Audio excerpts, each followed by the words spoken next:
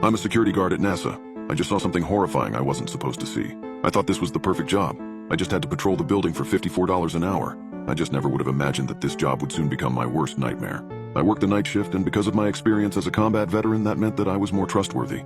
After I signed non-disclosure agreements swearing the utmost confidentiality, I could go anywhere on the property. That wasn't until last night when I discovered NASA's horrifying secret. I had always noticed there was one titanium door I was not allowed to walk through. There was no label on its front, so I knew it was not an office belonging to any executive. There was also no surveillance camera in the vicinity focused on the door. I always wondered what was behind there. I can remember asking my trainer what the room held, and he moved on to a different topic. I always wanted to ask somebody else, but on the graveyard shift there was rarely anyone else there with me.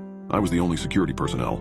I came to form a semi-close relationship with one of the surveillance agents named Tom. He would usually clock in around 7 a.m. During brief morning moments, we established a relationship. I once asked him what was behind the door, more than willing to get down on my knees and do a little sucking if that meant he would tell me about it. It was once used as an archive of various life forms found in the ocean, he said with a shrug. Whatever you do, though, do not go inside of it. This made me curious, so one night I decided to walk by the door. This was the biggest mistake of my entire life. At first, everything was completely silent, but as I started to walk away, I heard a loud scream. I slammed my fists on the door and announced myself as trained if they needed help. Everything became quiet again. I contemplated what I should do. Giving my director a call and asking for further guidance was a surefire way to irritate him. Still, my conscience did not tolerate the notion of ignoring a cry for help. My mind always went to the worst-case scenario. I retrieved my cell phone and called someone of higher rank. At first, he listened to my recounting. Once I gave him the geographical location of the entranceway, his tone changed. He became dismissive. "It's creaky pipes," he said. "Put in a work order for the maintenance team to take a look at it in the morning." My curiosity would not go away. I knew that was a lie, and I knew something about this was horribly wrong. My paranoia only grew worse. One morning when Tom walked in, I pulled him to the side. "Part of my job consists of taking out the trash from every office during my shift," I said. "There's been many times when I've noticed that your wastebasket is empty, and I know it's not for the lack of paperwork you do.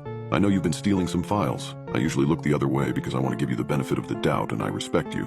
He looked at me with a dumbfounded expression. He tried to utter something around a bunch of nervous stutters. I interrupted him and continued.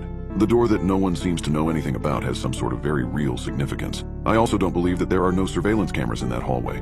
I think it's hidden, and if that's the case, I need you to secure it for when I enter it tonight. I need your help getting a master key to it, which I know you have. If you don't, then I'll report my findings." My blackmail worked. He slipped me a key with a handshake later on in the morning before I left for home. I had every intention of using it as soon as I could. I waited until the dead of night. The middle of my shift was the prime hours for isolation. I would exploit the lack of oversight on my shift. I took unusual routes to get to the door. I knew the action I was about to take could cost me my job. It seemed like the right thing to do. I slipped the card into the motion sensor.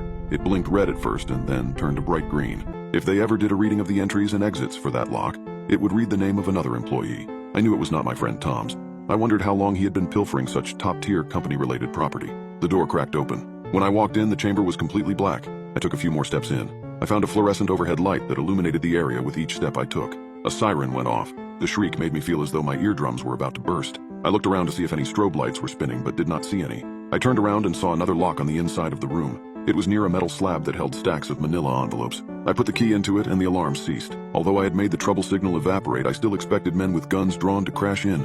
I expected shouted orders to get down and surrender. I had a nightmarish vision of someone putting a black bag over my head.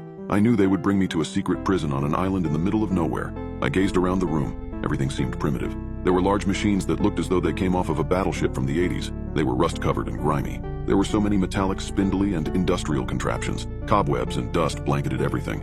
In each corner of the ceiling were large speakers, and they were not a brand I recognized. It seemed as though they were custom-built for this place. I turned the corner and peered into the adjacent room. I could not believe what I saw. A podium with illustrations of seraphim wings stood in the center of the domain. A circular glass encasement wrapped around the top. I approached it and peered through the translucent barrier. A horrible smell greeted me. I found another slot. I used the key once more to get the glass to retract and fold so I could see the contents on top of the slab. It was a thick stack of yellow legal pads. Each page contained finely printed chunks of text in fine calligraphic handwriting. I began reading from the top. I flipped through the pages. I found the author to be a well-known scientist I had small interactions with regularly. I remember she was pregnant with her first child. Within the last few months, the document began. I have received a series of acoustic sound waves. The scales I used to track their sonic trajectories gave me accurate measurements. I have determined that it comes from the asteroid Icarus. These readings make it even more difficult to capture.